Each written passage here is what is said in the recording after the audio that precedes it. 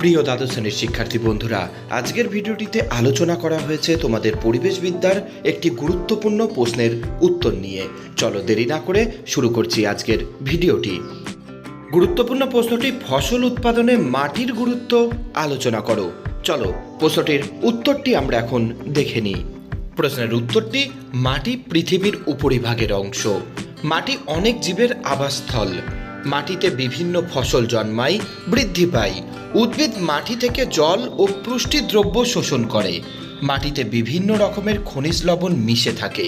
উদ্ভিদরা মূল দিয়ে জল শোষণের সময় এই সব খনিজ লবণ শোষণ করে পুষ্ট হয়। এক বা একাধিক খনিজ লবণের অভাব ঘটলে ফসল ভালো জন্মায় না এবং উদ্ভিদের নানা রকম রোগ সৃষ্টি হয়। অর্থাৎ বলাই যায় যে ফসল উৎপাদনে মাটির গুরুত্ব সবচাইতে বেশি। লবণাক্ত মাটি হলো বেশি লবণযুক্ত মাটি। এই ধরনের মাটি সমুদ্রের নিকটবর্তী অঞ্চলে দেখা যায়। এই মাটিতে পলি বা কাদার সাথে প্রচুর ধাতব লবণ থাকে।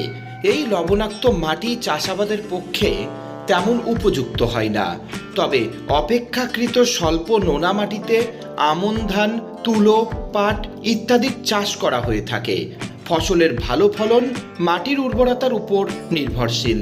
মাটিকে উৎপাদনশীল রাখতে হলে এর উর্বরতা বজায় রাখা দরকার।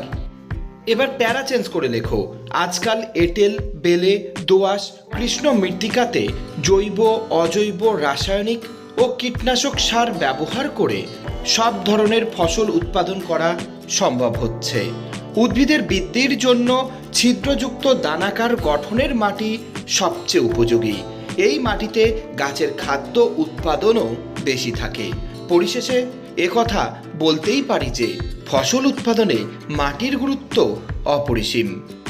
এরকমই শিক্ষা সংক্রান্ত ভিডিও পাওয়ার জন্য আমাদের চ্যানেলের সাথে যুক্ত হয়ে আমাদের সাথে থেকো। আশা করছি ভিডিওটি তোমাদের খুবই ভালো লেগেছে।